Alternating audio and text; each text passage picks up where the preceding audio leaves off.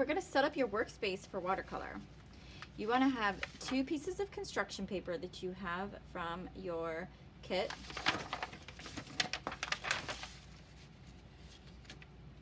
Place your water in the top right. Place your watercolor at the top of your workspace. You want to get a paper towel or a rag, napkins, that you can dry your brushes. Sometimes when you're painting, very often you get way too much water. You need to be able to dry off, and it won't really absorb very well on your paper.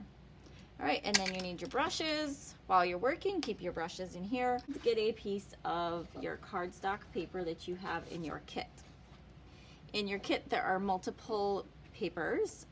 First and second trimester, you both received 3 pieces of cardstock. So it's a little thicker, feels like a card, than the white drawing paper. So that's what we're going to want to use for our watercolor painting. If you are at home and you have special watercolor papers, you're welcome to use those. They're a little thicker and appropriately receive the paint better than the cardstock does, but you know, we continue to work with what we have. So each project you're going to do is going to have different size papers. So I'm going to fold this in half. Not many of the projects are going to use a full sheet, so that we conserve time and we conserve materials. All right, so I folded it in one way. I'm going to fold it back the other way, so I fold it in both directions. Maybe use a fingernail, get that really crisp. Open it up again. Make a tiny tear along that fold. You can use scissors to do this.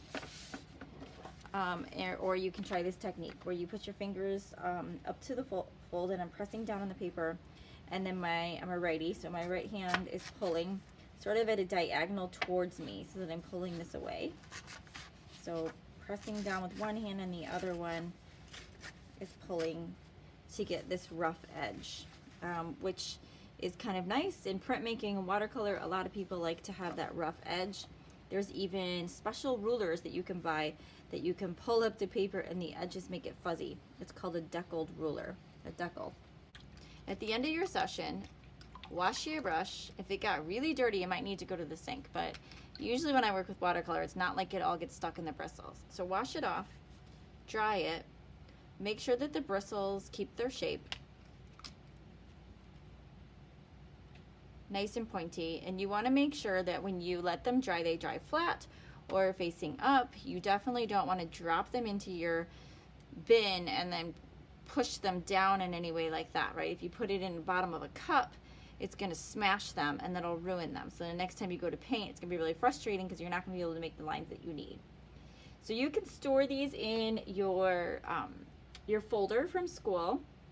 Just make sure that they go to the bottom and lay flat.